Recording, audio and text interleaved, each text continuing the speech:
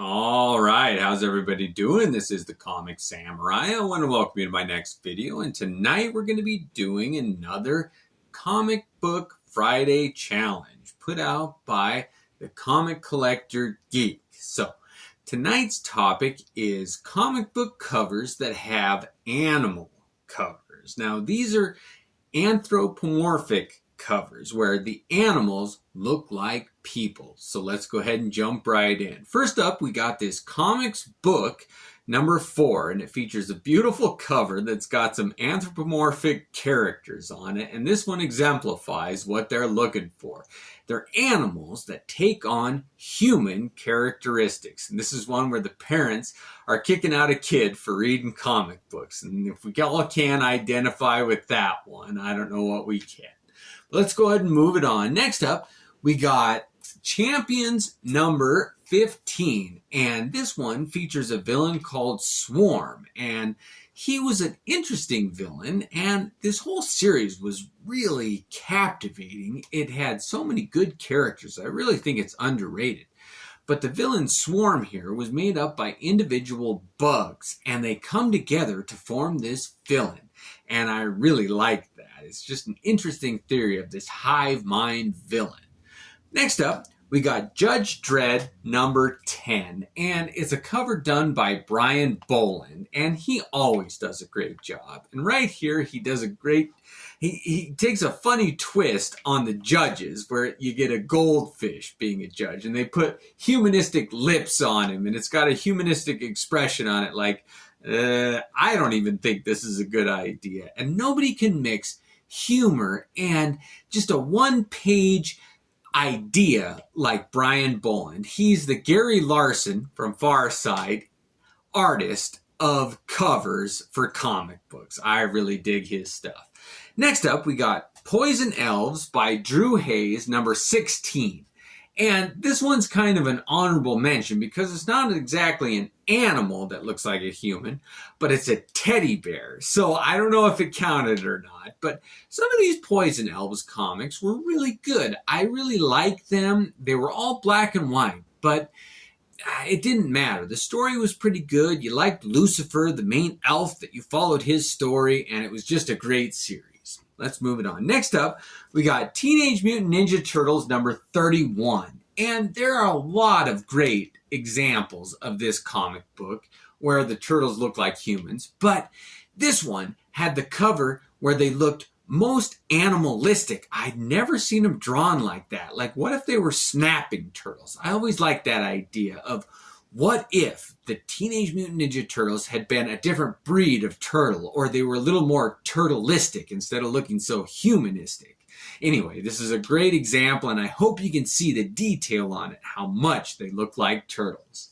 Next up, we got a comic called Rip Off Comics number 7. And these were all fun, and they just were entertaining comics. But if you look down in the corner, there's this cat. And it's Fat Freddy's cat. And in this one, he looks like one of the Three Musketeers, and I just had to feature it. It's a small press comic, and I always like to feature comics that not everybody has seen before. And that Fat Freddy's cat always does silly things and gets him in trouble, and on this one, he looks like one of the Three Musketeers, so that's a fun cover right there. Next up is The Unfunnies by Mark Millar number 1, and I usually like all of Mark Millar's stuff. I mean, I read it, I buy it, all of his stuff, and I bought one issue of this series, and I didn't buy any more. It's the one series that I can't recommend to you. Now, you gotta believe the title on this one. It was not funny. It's offensive in all the worst ways. It's not worth reading. I usually like being shocked by a comic, like, oh, it's something new, it's exciting, I want to get into it, I've never seen this before. It's something that it stimulates you. But this one let me down. It was a cop-out. Every twist was a cliche. The jokes were racist and not funny. And I really think that this is a comic that should have not been made. I can't recommend it. Don't read it, but it has a great anthropomorphic crow on the cover.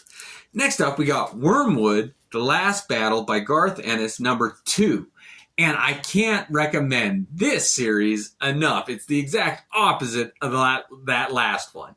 This Chronicles of Wormwood is such a great story, and it's a little sacrilegious if you're a strong Christian, so stay away from it if you have that tendency. But if you're just open for a good romp and to take a little bit of leniency with the Christian story, then this is a great one. And it's got a rabbit that's like a human that talks to the main character. And it's a fun series. And on this one, he's in a walker like a baby. And he really is just a great character. I love that rabbit. It's a fun series.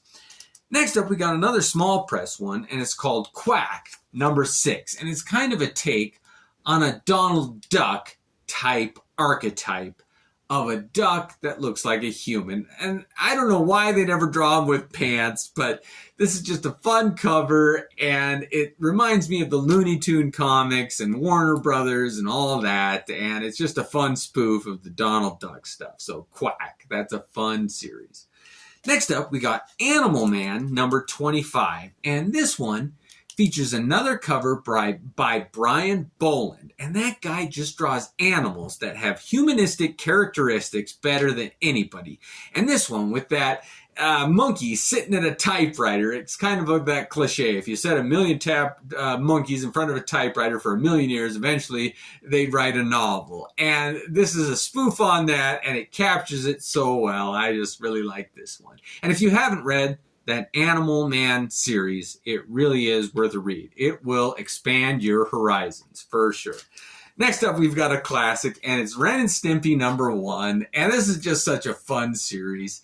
It came with an air fouler, which was like a spoof on an air freshener. And I opened this one up and I smelled the air freshener, and it just kind of smelled like a scratch and sniff sticker. It didn't really have that strong of a scent, and it wasn't a bad smell. But this one features Ren and Stimpy, the 2 dogs that are humanistic, and they go on adventures, and everybody knows about it, but it's just a classic, and I thought I'd show that cover. Next up, and finally, we've got Astro City number 13.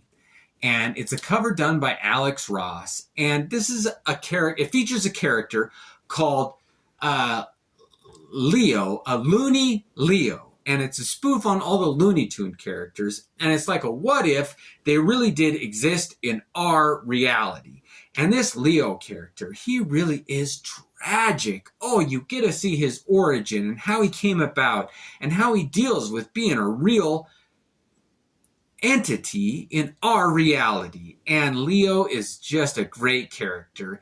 And if you haven't read this Astro City, I can't recommend it enough. It really is a good one. And what a great way to wrap up my series on animal covers, the anthropomorphic type. Now, stay tuned for part 2, where you get humans who dress up like animals. But that's it for tonight. I hope you enjoyed. Thanks again.